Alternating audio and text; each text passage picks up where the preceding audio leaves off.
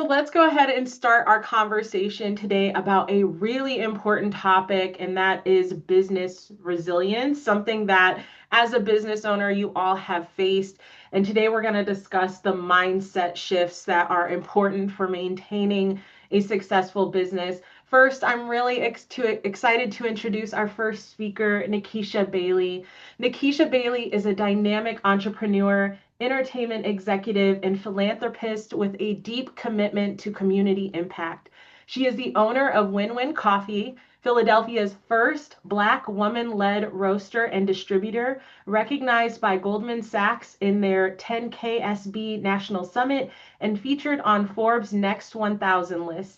Nikisha's journey in the coffee industry focuses on creating a 100% diaspora focused supply chain, partnering with marginalized coffee producers to build equity and generational wealth. Before her work in coffee, Nikisha spent over a decade in the music industry as a VP head of A&R admin at Atlantic Records. She's been named a Billboard R B slash hip hop power players and serves as a trustee for the Recording Academy's New York chapter. Nikisha is dedicated to building community and champions the belief that community is everything. It's great to have you here, Nikisha. Thank you so much for having me, Brittany. I'm so excited for this conversation. Yes, I am too. And we are going to drop where you can stay in touch with both of our speakers. So keep an eye in the chat for where you can stay in touch with Nikisha. And next we have Viri Diana Ponce. Viri Diana or Viri Ponce is a business consultant and financial expert dedicated to helping small business owners plan for sustainable growth. As the founder of VP Consulting, she has spent 11 years supporting thousands of entrepreneurs in accessing funding, building financial roadmaps, and developing strategies that drive long term success. With deep expertise in guiding businesses from hustle to sustainability, Viri Diana brings practical, no fluff strategies that help entrepreneurs plan for the future, increasing profitability, and making smarter financial decisions without the overwhelm. Great to have you here, Viri. So excited to be here. Wonderful. And we're going to drop where you can stay in touch with Viri as well in the chat. So let's go ahead and just jump into this discussion. Viri, I want to start with you. So what does it actually mean to lead with resilience? And how does, your mindset impact the way business owners show up for their team and their clients during change? Yes, thank you so much. I'm really excited to have this conversation because it's something that I have absolutely been talking about with my clients and with myself as well. So resilience to me is not giving up, being resourceful, gritty, and being willing to adapt even when things don't go as planned. I know right now we're facing tough economic and political climates. And I, something that helps me out is reminding myself that this isn't the first time that we've navigated a crazy, challenging situation, and it won't be the last. Mhm. And in order for us to continue leading our businesses for the long term and making money and employing people, we have to be able to navigate these changes. And it's so important that the way that we respond to things. And as business owners, the way we respond is going to have an impact on ourselves. It's going to have an impact on the visibility of our business, the promotions, right? If we're showing up on social media, sending out those newsletter emails, for examples, and on our teams, because they're also feeling all of these changes and the impact. Um, and something that I think is really important as well is knowing that we don't have to have all of the answers or everything figured out, but we have to be willing to show up and make decisions with intention. And for me, that's leadership. It's being willing to work through those challenges, because it's not about waiting for things to get easier. It's deciding to lead through those challenges. That's such a great point, Vidi, that like we've probably seen difficulties before and they are here now and they will be here in the future, even though we can't always anticipate where those changes are going to come from, but to be prepared and to have that mindset to lead through those changes is going to be really, really paramount.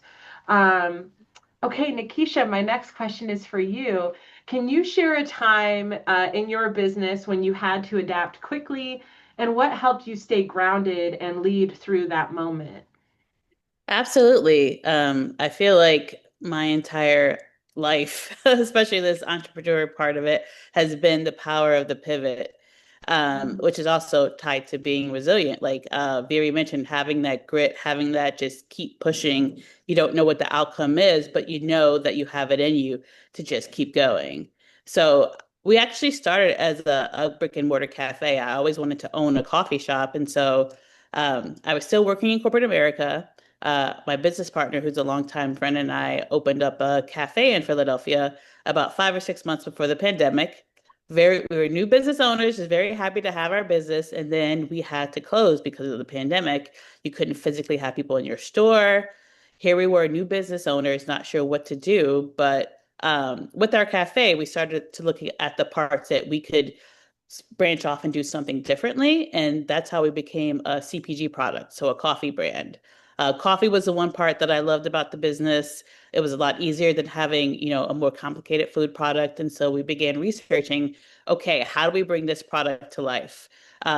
We started immersing ourselves in supply chain. I took roasting classes.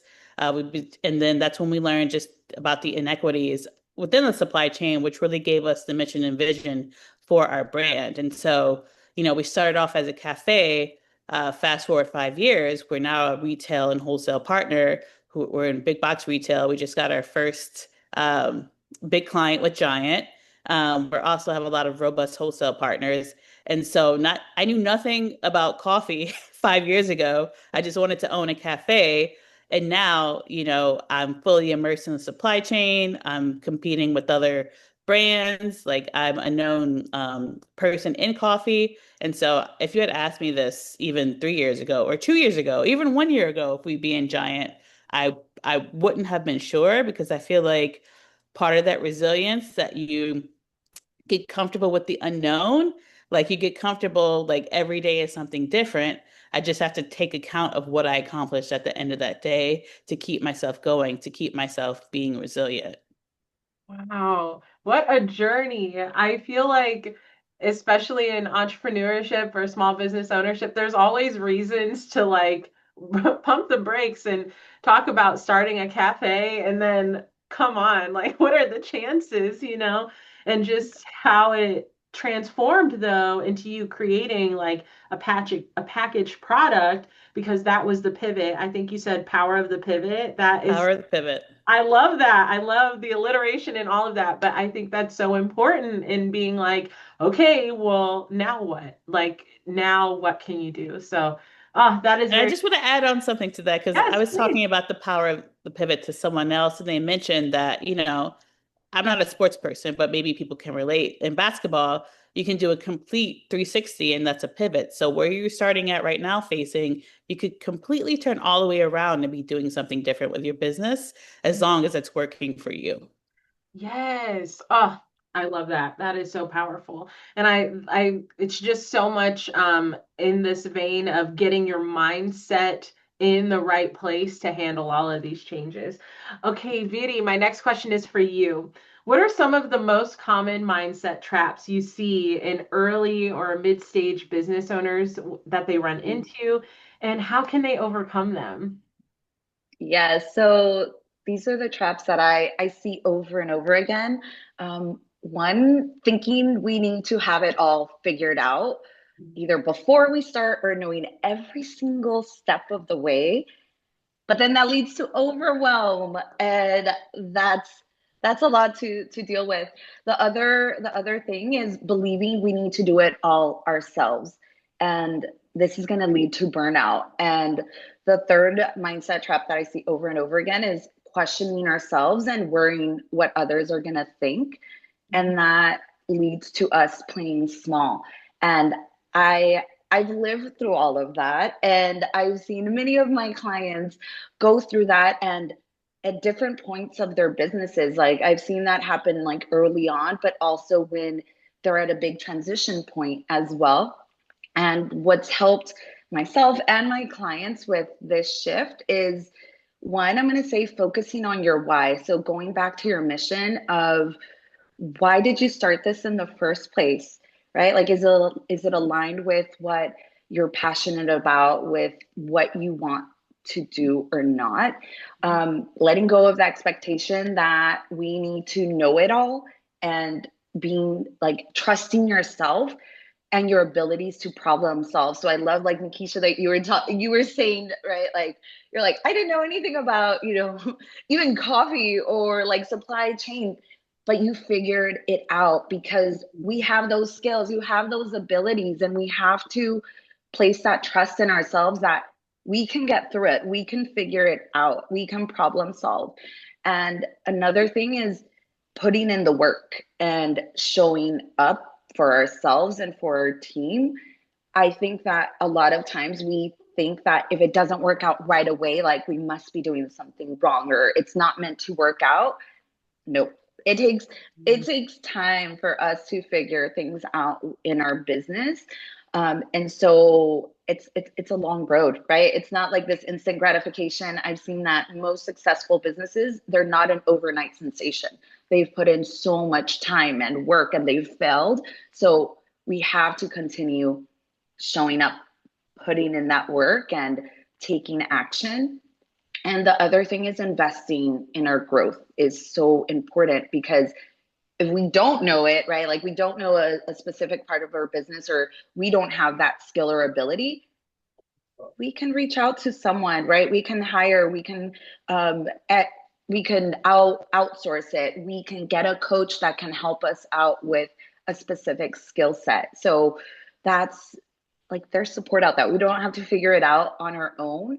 And another thing that I think has been so helpful in my business and in so many other like small businesses is seeing fearlessly in community, because we'll realize like we don't have to have it all figured out. There's other people that are going through similar challenges, and just being able to talk that same like language with people is so incredible and helps uplift you and helps you like see how other people have navigated through certain challenges or mindset issues. So those would be some shifts that I think could be really helpful.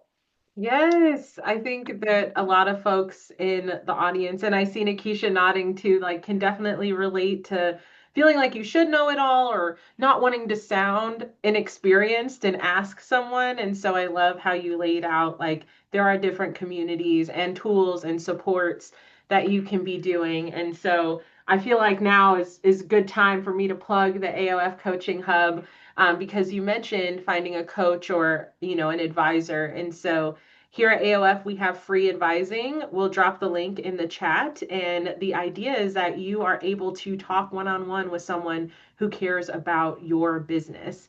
So, okay, Nikisha, my next question is for you. So you've obviously experienced a lot of growth since 2019 and everything you've Mm-hmm. seen. But as your business has grown, what mindset shifts have you had to make personally to keep up with your business's needs? I think one of the biggest things is like like Very mentioned, we want to grow, we want to go, go, go, go, go, but sometimes we don't need to go as fast. And patience puts you in the right mindset and the right spot in your business for bigger opportunities.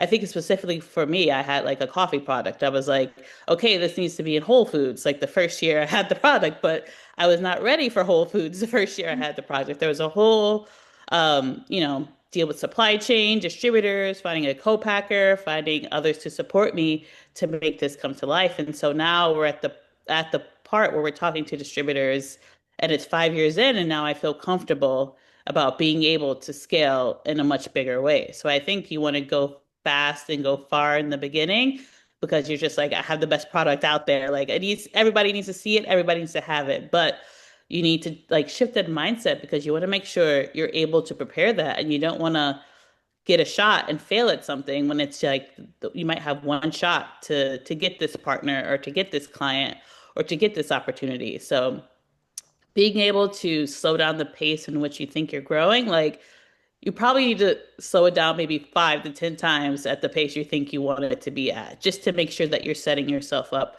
for success. And another thing that has become really important to me is holding space for myself personally. So separating Nikisha, the entrepreneur, the executive, the business owner, and just having time where I can just disconnect and do things like just go to a concert or have coffee. Or I went to the movies the other day. I haven't been to the movies in years, but I'm like, I want to just experience life because, you also have to be well for your business to run well. You have to be, happy or not. I don't want to say happy, but you have to be in the right mindset. And for me, that includes doing things that, a normal person would be doing, like going to the movies or going to out to dinner with your friends, just these like simple life luxuries that you sometimes remove as an entrepreneur because you're just like, I gotta hustle all the time. Mm, yeah. Can I can I So add true. something, Brittany? Yes. I was gonna say, just to add on to what Nikisha, what you're saying, about that self-care. Hmm. It's essential in our business. And I just I was giving a class yesterday, and their homework, one of the pieces of their homework was what was one commitment that they were gonna make to themselves outside of entrepreneurship, so I love that that. to take care of themselves. And so I loved what you mentioned. Like that could mean like going to the movies. Like for Yeah. me, it's getting my nails done Yeah. once a month. It could be like making yourself a smoothie, running, like joining a club, like some sort of like a book club. So I just wanted to add on to that. Yeah. It just gives you like that little piece of like, I'm doing something for myself, which I think translates into how you show up as an entrepreneur.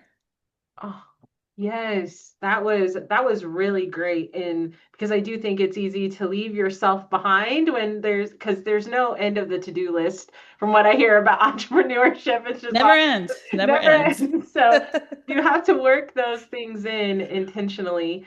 And then I was gonna also mention, Nikisha, it was so great what you said about, how you feel like you want to scale when you start and how maybe you're actually prepared to scale. And I think that's so great to think about because I think a lot of people feel like they're not growing fast enough. Like I'm not growing fast enough. And so transitioning that mindset to this is actually an asset. So I can really capitalize when I get, in Yes. Giants or when I get in Whole Foods. That was And great. one of the biggest indicators, I feel like one of the real life indicators as to whether or not you're ready for a big scale is, do you have the investment to do this scaling, or do you have partners who can come in and give you or provide you with the investment? Because growth means money at the end of the day. Is the realization that I had. If you're growing, money has to be coming in, or you have to have investors in order to have that growth.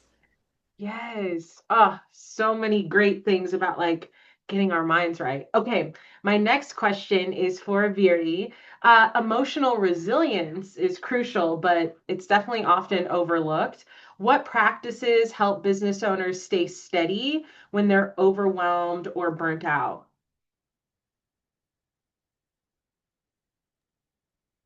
All right. So this I can absolutely relate to as a mom of a toddler and as a business owner.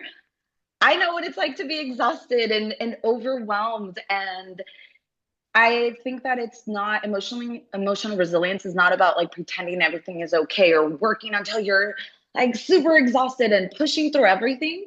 I think it's being mindful of like, okay, what do I need? Even like what we were talking about, the self-care, like what do I need emotionally to so I can continue running my business successfully? And some of the practices that have helped business owners and myself, I think the first thing that comes up for me is building support and systems. Like we have to use different systems out there. And I'll give you an example. I work with a lot of people who are in the food industry, and they're every day, right? Like you, since early in the morning, like you're up, like purchasing things, making sure all your employees are going to be there, getting your recipes out and made. And they're still doing their accounting by hand. They're still doing so many tasks manually.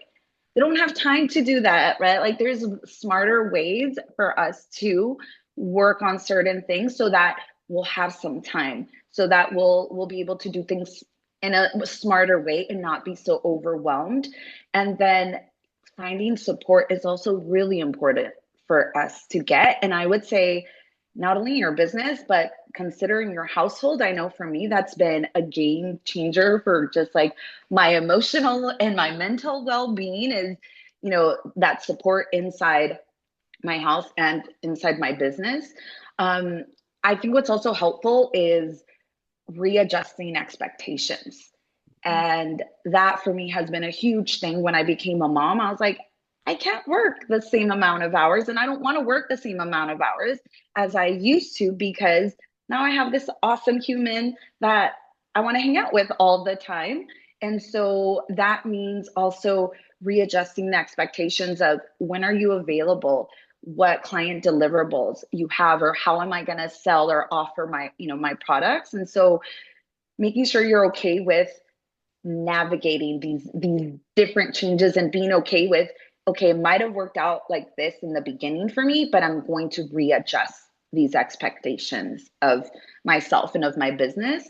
I think something that also helps, so that we're not overwhelmed or burnt out, is self-coaching and reflection. And so taking time to reflect back on what has worked out for me or not. In yesterday's class that I just gave, I had them do an exercise where we talked about what are the habits and characteristics of a successful business. And then we turned that inwards, and I asked them, what's a habit or characteristic that you have that will help you run a successful business? And people had a really hard time with that question. Like, it was really easy when I asked what makes another business successful, but when I asked them, like, what are your strengths, what are your skills, so many of the participants froze, because it's really hard for a lot of us to acknowledge all of these strengths that we have.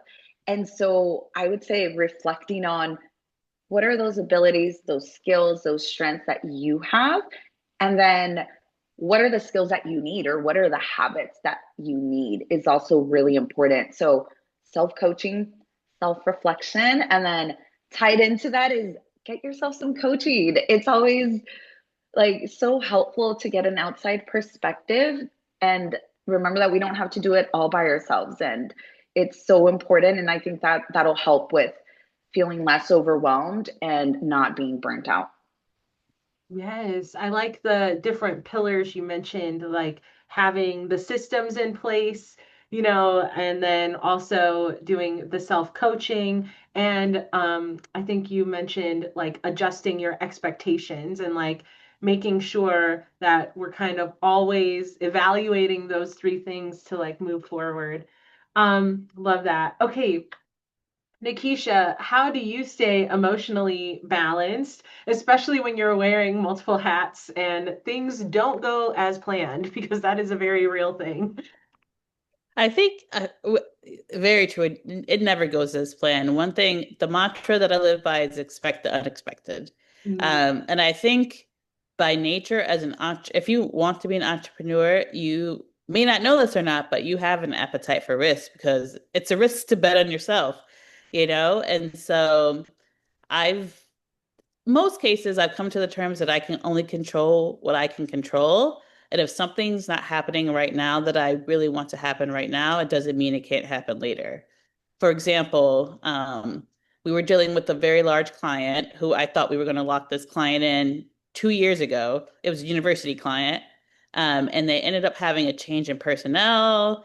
They ended up having a change in budget. Like, we got as far as like signing paperwork, and the new personnel came in and said, we're just not ready to do this yet. And so that was gut wrenching. That was disappointing. But I kept following up with the new personnel, kept following up with the team, got in front of the new people. And 2 years later, we're in UPenn's dining hall. And so that's something that, was gut wrenching at the time. But I was like, okay, I've operated into, like, even if something's a disappointment for me as an entrepreneur, what am I taking away from this exchange. And the takeaway for me was that I still had the contact person to the people that make the decisions. They were just new people, and I needed to rework that relationship. Wow, I feel like I need your voice in my brain because that is, wow, what a powerful shift. I'd be like, oh, great, but you said, you know what? Here's the positive. That is like, I still have that contact person. And I think it's such a like a powerful representation of like not taking yourself out of the game, like not Yes. taking no Yes. as like, don't like take yourself out before someone is like, absolutely do not contact me ever again. Unless you flat out say, do not contact me ever again, I'm going to contact you. I'm going to contact. I love that. Yes, congratulations. That's huge. Oh, Thank so you. powerful. Okay. Vidi, okay, so when uncertainty hits, because that's kind of like the whole point of resilience, right? Is that you're going to get back up. So when that uncertainty hits, many business owners freeze. How do you coach people to move forward when the path is not clear? Yes, a lot of my clients are going through like this is so relevant to what is going on right now. I work with a lot of with the Latino community, and so with everything that's going on, like this is definitely like Mm. hitting home, and there's so much uncertainty and overwhelm right now with within my community, and so when this happens, one of the first things is just offering grace and reminding my clients to offer that same grace to themselves that they would extend out to like their best friend or to someone else, because we're a human, we're not a robot. These things have a real like impact on us, like emotionally, mentally, and then they could, on our business. And so that's, I think, first the first thing that I think about. And I've absolutely had sessions where, like right now and other times as well, where we were supposed to talk about, let's say, finances or like review a profit and loss statement. But my client was just so overwhelmed and they were just so focused on something else that I've actually had some clients where I'm like, actually go take a walk. Like, we're not going to talk finances right now. Like, you need a pause. You need to step away because you need to clear your mind or go do something. I remember I asked one of my clients, I was like, what brings you joy? And she's like, being in the park. I'm like, for this hour session we were supposed to have, I was like, go to the park, please. And she's like, wait, are you serious? And I'm like, yes, mujer, go to the park, like go clear your mind. And she sent me a message afterwards and she was like, thank you. Because it was almost as if it's like giving permission where I don't have to give permission to anyone, but like reminding people like we're allowed to pause, we're allowed to step away and come back with a clear mind. And so that's something that's really helpful. And the other thing is coming back to your mission. So when your path isn't clear, go back to your why and then start thinking about like what's one or two actions, small actions that you can take to reconnect with your why or to further that why. And so those two little steps of like remembering your why, or three steps, like pausing and then going back to your why, and then just saying like what are two small action steps, has been so helpful for my clients to be like, oh yeah, I don't have to figure it out all today at this moment or at 11 o'clock at night. Like we can take our time, right? Like we don't need to solve it right now. Yes, I really like that perspective of having forming it like, oh, you're frozen. Well, maybe you do just need to like take a step back and then clear your mind. Again, it kind of all ties into each other with the self-care and the Yeah. pausing and actually having something like, who are you as a person? Of course, you're Yes. an entrepreneur, but who are you as a person and how can you take care of you as well? Okay, as we continue on, I just want to remind everyone that we are going to have a live Q&A at the end of our discussion. So, if there's something on your mind and you want to, ask Vidi, ask Nikisha, or both, please just drop it in the chat and we will get to it when we get to that section. So, Nikisha, my next question is for you. So, What's one leadership decision you have made recently that felt tough, but that you handled differently because of how your mindset has shifted over the years? I think as you continue to work with larger partners and third parties, you're not everybody doesn't operate and work under the same guise that you might do. And I think very much just manage your expectations of others. And I used to be so ready to go hot and heavy if somebody didn't show up or somebody didn't do something that they said they weren't going to do, or didn't own up to their end of the commitment. But again, I just realized that not everybody's going to show up maybe as I would show up, and so not to carry that energy. And again, just to meet people where they are. Sometimes when I'm still a small business and I'm working with larger partners, I might not be at the top of their list, so they're going to take forever to get back to me. For example, we're launching in some office spaces in New York. We're supposed to launch on Monday. And I'm like, you need the coffee by now if we're launching on Monday, but they haven't sent me any PO or anything yet, but we're launching on Monday. You know, the old Nikisha would have been like feisty email, like this is not how you do this, but I'm just like, you know what? They'll come back to me when they're ready. We've had multiple conversations. I know this is happening, and I just have to be okay with their pace at this point in time in my journey as an entrepreneur. And so just learning how to deal with the punches and the blows in a way that doesn't take you out of your natural element, I think is something that I've learned to just shift and just not always be ready to pounce when something doesn't go my way. Yeah. Wow. That's huge too. I also am like strangely curious about some Nikisha feisty emails. I haven't gotten any yet, Yeah. I haven't gotten any yet. I don't want to do that. I do. That is such, I mean, because it's a panic, right? Like your It's business, a like you panic. mentioned, your growth is money. Like, and at the end of the day, you have to make money in order to have a Yeah. business. So Yeah. that is really good advice. Okay, my next question is for both of y'all, but I want to start with Viri.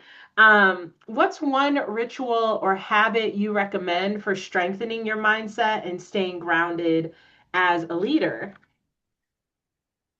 Yes. So I feel like we as entrepreneurs, we accomplish so much during one week. Like it seems almost sometimes like a whole lifetime. But I feel like we never pause to really think about it or to reflect on what we've accomplished or what we've learned or those wins. And it's sometimes really hard for us to take that time to pause, to recognize and applaud ourselves for those wins. And so I think something that, like, one ritual that could be really helpful for strengthening your mindset is recognizing those weekly wins, whether they're big or small. And for example, I have a weekly reminder on my calendar to write down my wins, to write down like any big transformations or small transformations that my clients had and that I helped them with.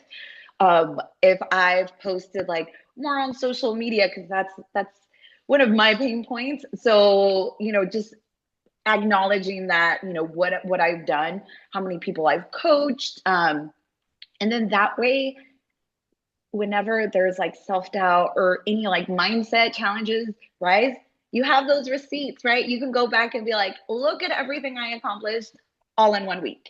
And this has been a practice that has really like fueled my confidence and my clients' confidence because they do it as well. And it inspires my content. So that's the way that I create a lot of my content. So it makes it easier because I love sharing my clients' wins. It makes me feel so good, like to be able to, to brag about all the amazing things that they've done. And then it also reminds me that I'm living in alignment with my mission. And so that brings me so much joy. And so I think that's something that really helps to strengthen your mindset is pausing, reflecting, recognizing how powerful you are as a business owner and everything you've accomplished. Ooh, I love the idea of having like a spot of all your accomplishments. That seems Mhm. like a really good, like kind of feel good space to go into, if you need just a little boost. Okay, Nikisha, same question for you. What's one ritual or habit you recommend for strengthening your mindset and staying grounded as a leader? I'm also going to echo Very and say celebrate your wins, no matter how big or small, and celebrate them with your community. Like if you're somebody that has a public facing product and the community has gotten you to a certain point, the community wants to know, and it really just strengthens one, your relationship with them, but it lets you know that you are supported. People do want to see you win. So that's something that I believe in wholeheartedly. And one other thing, which is controversial, but I think, as I mentioned before, you're an entrepreneur, you have an appetite for risk, is to do things scared. Like just do it scared is what I would tell people. Like you don't have all the answers, you don't there's no blueprint for entrepreneurship. And while it might seem like you're might be blind sometimes, it's just something that you don't know that you have to discover. And it might seem scary, but just push yourself past that and do it scared. As long as it's not like detrimental to your overall business, do things scared. Yes. Oh, that is great too, because I think it ties in with what we're saying is that you're not going to know everything and you're not going to know how everything plays out, but you still need to be like moving forward. So, Hmm. so great. And tying yourself into your community, definitely. Okay, my final question before we get into the Q&A. Viri, I want to start with you. If you could give your earlier business self one piece of advice about leadership mindset, what would it be and why? This one was so easy to answer because I'm like, yes, I know what I would say, what I would tell myself. Don't wait to get support, like get coaching. I started I joined a coaching community where I'm surrounded with other women in the BIPOC community who are building $1 million businesses. And that was such a game changer because I'm like, yes, I want to see more women. Yes, I want to see, more like Black and brown women and women of, different ethnicities, like making money, growing, seeing different frameworks, seeing different business models was so helpful, and it was so encouraging for me. It like expanded my mindset, the way that I operate my business. And I was like, why didn't I do this before? Like, why did I think I needed to be at a certain level to join this type of Hmm. coaching program? And being in that room is incredible. Like just thinking about it right now, I'm like, it gives me oh my God, I can't think of the word in English. Like it gives me like shivers. Goosebumps. Goosebumps. Thank you. Yeah. Yes, I was thinking about it in Spanish. Thank you.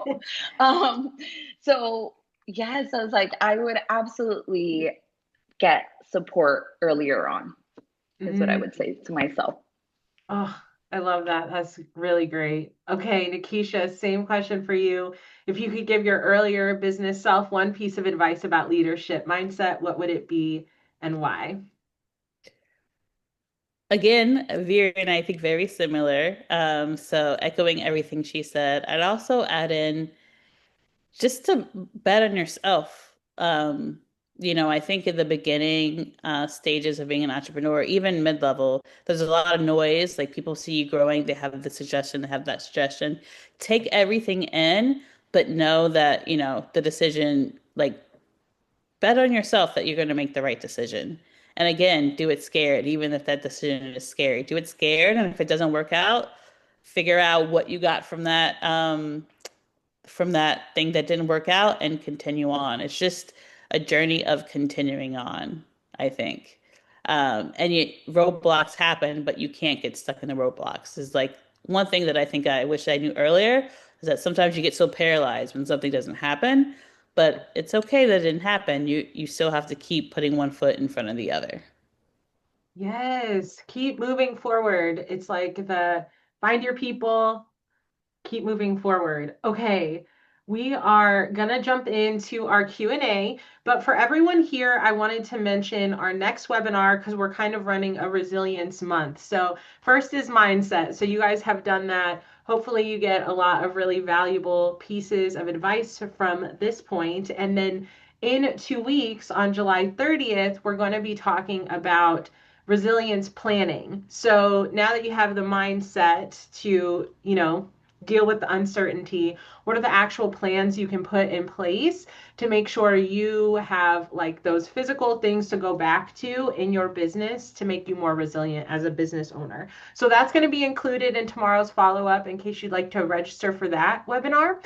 And always the webinar recording will come. So if you're busy that day or whatnot, no worries. Okay, so let's jump into this Q&A.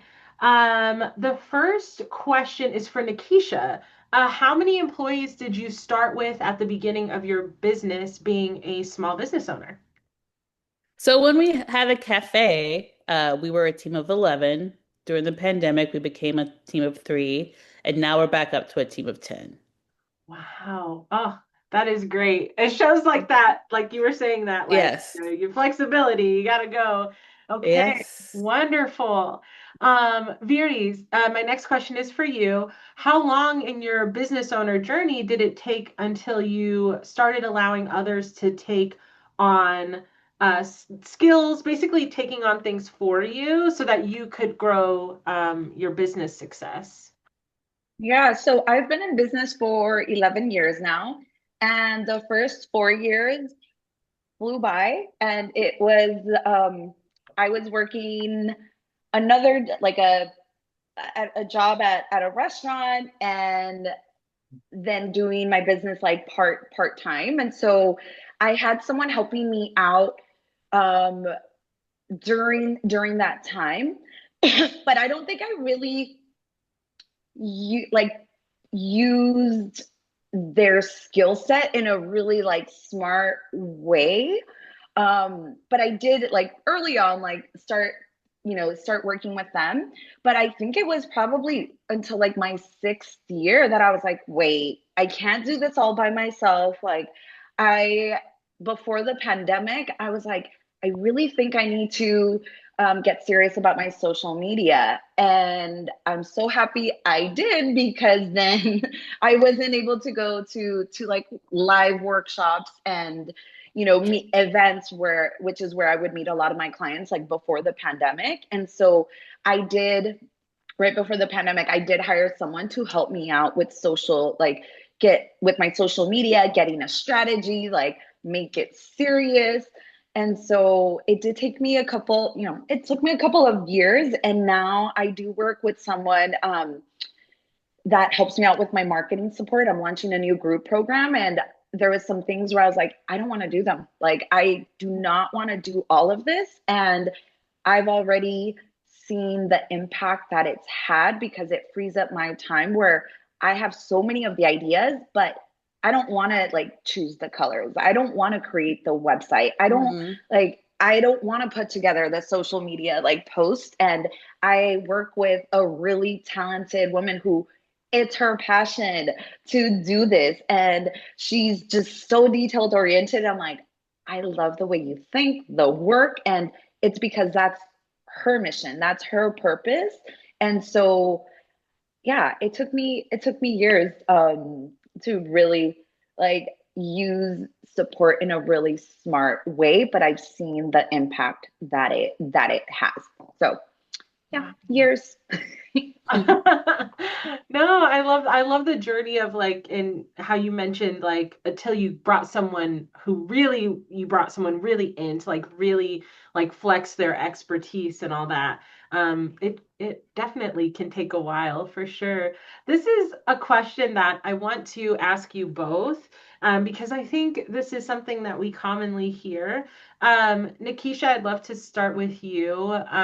This person is saying basically they are concerned about hiring outside help because, their business is pretty lean right now.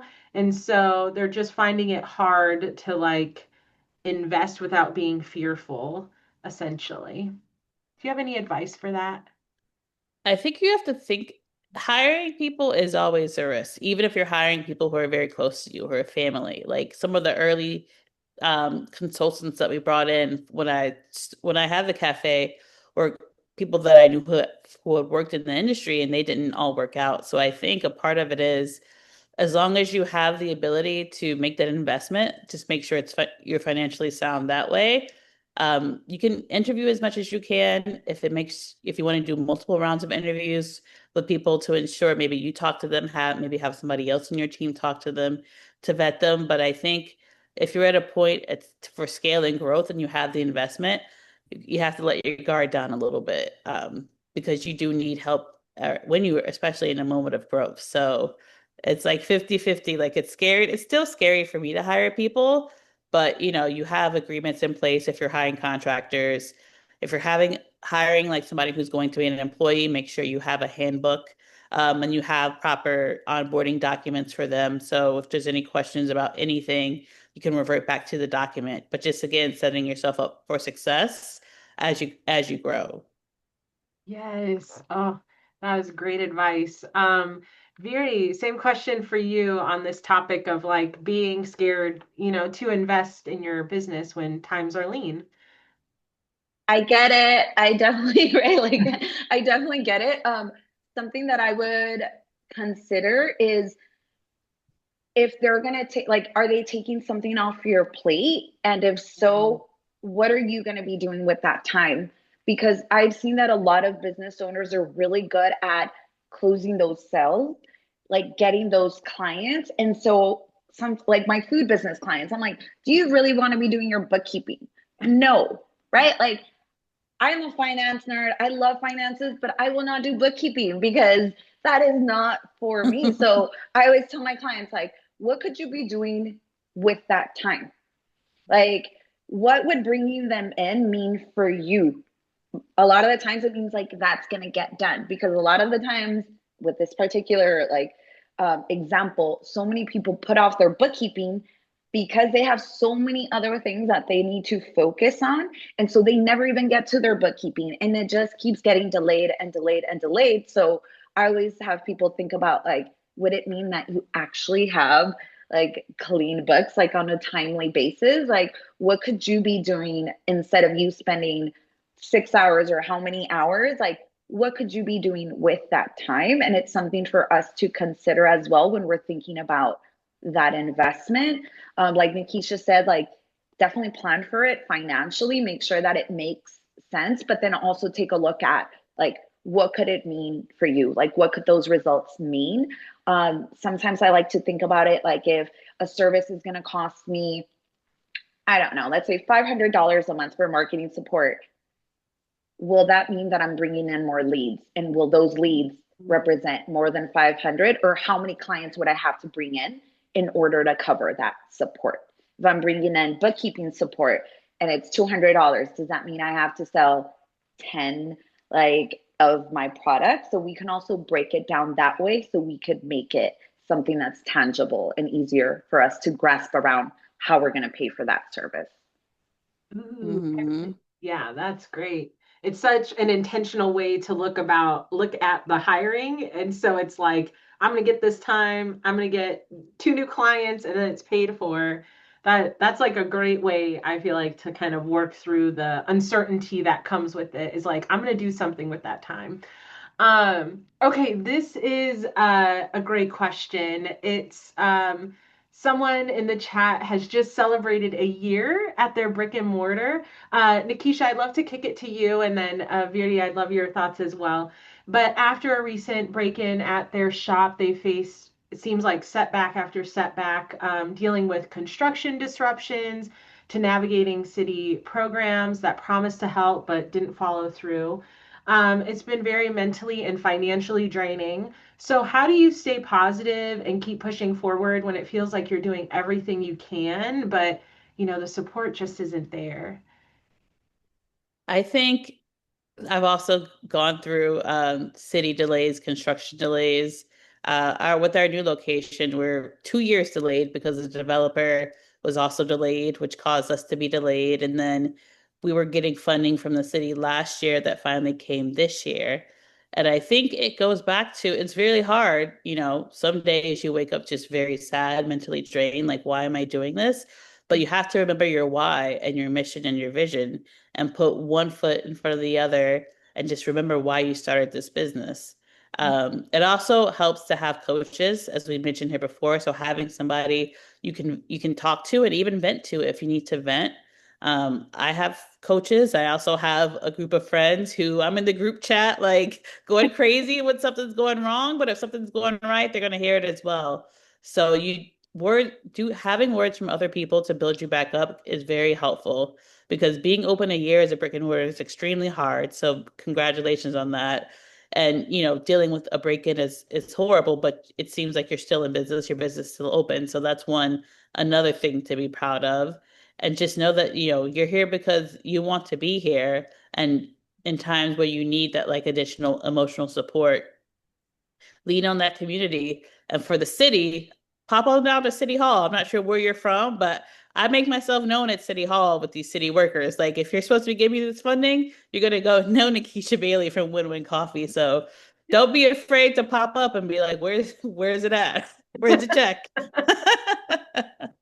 I know we're gonna have like little Nikisha's like, I'm gonna go into this city hall building. Go into City Hall. I didn't know how important, especially when you're trying to get city funding. For me, the City Hall is very accessible in Philadelphia. City Council, except during the summer, they meet every Thursday and anybody can walk in and join. So walk in and go find that person that's not answering your email and be like, what's up? Yes. Find out where they're at. I like that. I like that. Beauty, same question for you. It's just like, how going through all these challenges, how do you stay positive and keep pushing forward when it feels like you're doing everything, but the support just isn't there? Yeah.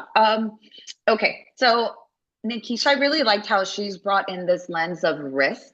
And I think that this is something that we can think about when we have, for example, a brick and mortar, that break-ins are a real and likely risk, or that they break a window. Like, I know one of my clients, she opened up her first brick and mortar, and I was like, make sure, like, one of the things we're gonna think through are like, what are the potential risks? And we're like, we have to make sure that you have enough insurance to cover these type of things, because in the city she opened up, unfortunately, that's a really common thing that happens. 2 weeks into it, they broke her door. Not to steal, like not even to break in. It was just to break her door. Like, awful.